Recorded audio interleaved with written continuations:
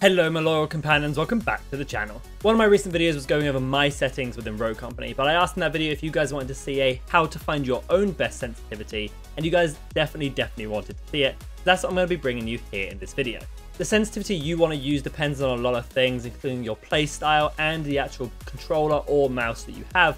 So you may not just want to copy somebody, but you may want to try and figure it out for yourself, and that is what I'm going to guide you to here in this video, because there's a few little things you can do that will really help you speed along that process and understand how sensitivity works within Rogue Company. If you do go on to enjoy the video or you appreciate the educational content coming up from this channel, make sure you drop a like and subscribe. For now though, let's get into it.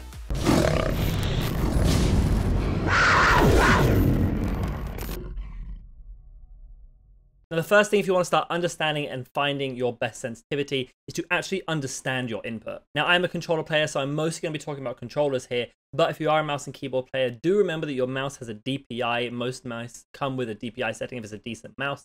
So you may have to go in and change your DPI, which is essentially like a mini sensitivity. I'm not going to go too much into it, but do have a look at your DPI and just know that's another feature that you can control. As for controller players, do understand what kind of controller you have. If you have a higher end controller like an Xbox Series Elite, or if you have a SCUF, you can adjust some things there, such as thumbstick tension and some of the aim response curve, depending on some of the software you have for those controllers. So do make sure you look into that stuff first on your own. I, however, am just going to be talking about the sensitivity settings within Rogue Company itself. Now, a lot of finding your sensitivity is going to be based around the shooting range, where you want to be practicing against the various bots that are in there to find out what works best for you. But the first thing you're going to look at is your dead zone. So you're going to skip past all of the actual sensitivity numbers themselves and go to dead zone, because this is very controller specific and you're going to have to figure this out first before you start moving on. Now, if you don't know what dead zone is, essentially it controls how much pressure you have to put on the thumbstick before it starts inputting in game.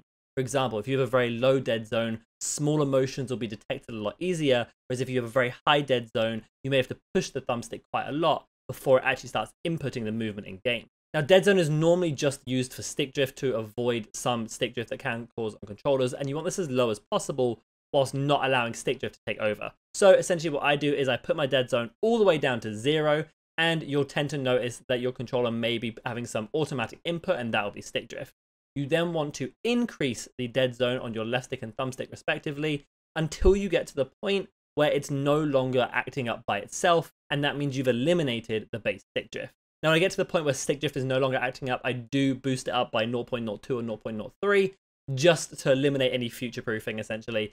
But you also don't want it too low. I tend to find that you don't want to go below 0.08 on either of the thumbsticks. So figure it out, what dead zone works best for you, and this will be the first starting point. Now you get into the sensitivity itself, and your base sensitivity, your horizontal and vertical sensitivity, is going to be everything that operates while you're moving around the map and while you're hip firing. So this is a very important thing, and it basically sets the base for every other setting we're going to go over.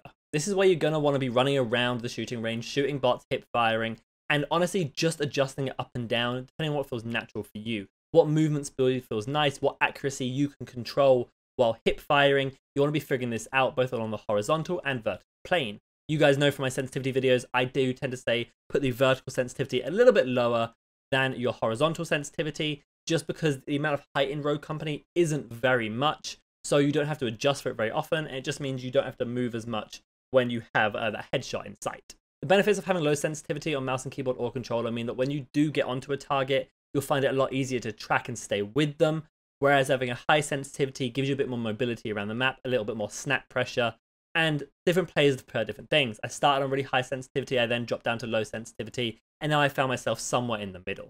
Essentially, you've got to figure out what works best for you and your play style here, but you're going to need to get this base sorted first before you can move on. Once you've found that base sensitivity, we're now going to move on to the aim down sight sensitivity. And this is super important. A lot of people do not understand what these numbers represent. The numbers on the aim down sight sensitivities are a percentage of their corresponding base sensitivity. So if you have a sensitivity of 6 on your normal horizontal sensitivity, and then you put your ADS horizontal sensitivity at 50, essentially that's going to be 50% of that 6, meaning your aim down sight sensitivity is actually at a 3. Understanding the maths behind this is actually really important if you ever want to adjust one sensitivity, like Hipfire, without messing up your aim down sight, because you can adjust them respectively. But essentially, you're now going to do the same sort of thing. You've got your base sensitivity, you're going to want to aim down sight with your weapons, and start shooting targets, flick between them, whatever it be, however you want to practice. Use the mobile ones for tracking, use the stationary ones for some longer range stationary targets, whatever it be. Make sure you're giving a good practice and find a value of percentage that works best for you. Now, this is a really important thing. Say that you have found an ADS sensitivity that you love and you really, really like it, but you've decided you do want to adjust your hipfire sensitivity a little bit more and change that base value. Remember what I said, it's a percentage of each other. So when you change one, you will change the other. So you're gonna have to do a little bit of maths if you want to keep one the same without adjusting the other one.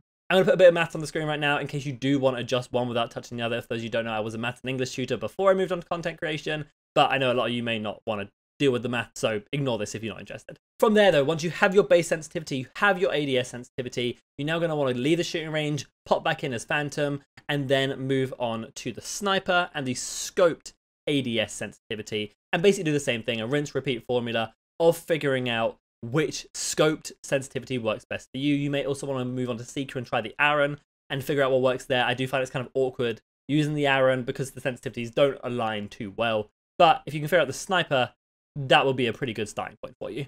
Okay, so with Deadzone, base sensitivity, ADS sensitivity, and scoped ADS sensitivities fixed, the last thing to talk about is acceleration boost. Now, acceleration boost comes in two parts. It comes with acceleration boost and the acceleration boost multiplier. I'll start with the multiplier. Essentially, this is how much times faster you will be turning when you reach maximum acceleration boost. So I have mine at 3, which means if I start spinning in circles, spinning, I will be moving 3 times as fast eventually when acceleration boost fully kicks in. The acceleration boost itself essentially just figures out at what point you get to that. So if you have it at 100%, it'll be moving much faster. If you have it at 1%, it will take a while to get to that full maximum boost. So it's a little bit of a complicated setting. Personally, just mess around with what makes you 180 the fastest at a speed that works best for you. Is basically the way I say it. I have personally almost always used 50% and 3, and this helps me do a 180 roll turn really quickly, which is the biggest amount of movement I'm ever going to really need to do with a Rogue Company. You don't need 360 unless you're getting real fancy with it. So I find that works really well for me. You may need to, depending on your control and your sensitivity, boost it up or down accordingly, but essentially just start spinning in circles and find out what works best for you. At the end of the day, it's kind of a non-setting. It really doesn't matter too much. I know people who put it down at 0 and 1, I believe, which essentially just means you'll always be turning at the same speed regardless, and they say that really helps them at just keeping things fairly consistent. Acceleration boost, though, plays much less of a part than people realize. Those, though, guys, are going to be all of the settings you're going to need to go over to find your perfect sensitivity, and hopefully my explanation of how they work will help you find what works best for you. Again, low sense, high sense, it doesn't matter. It just depends on you as a player and what you feel most comfortable with, and hopefully what I've talked about here will lead you along the right path of finding what sensitivity works best for you. Okay then, guys, it's going to take us to the end of the video, and if you did enjoy, make sure you leave a like and subscribe to the channel. You can also come follow me on twitch.tv/RADTHARGAMING to see live gameplay commentaries. You can also come join my Discord, which will be linked in the description, which is a great place where we sort of talk about things as a community. I also do some events and some tournaments run from there, so it might be a good place for you to check out if you're looking for a more community feel. All the links you're going to need are down in the description below, but for now, guys, I hope you have a fantastic day. And as always, remember, be loyal, be brave, be relentless. I'll catch you in the next video.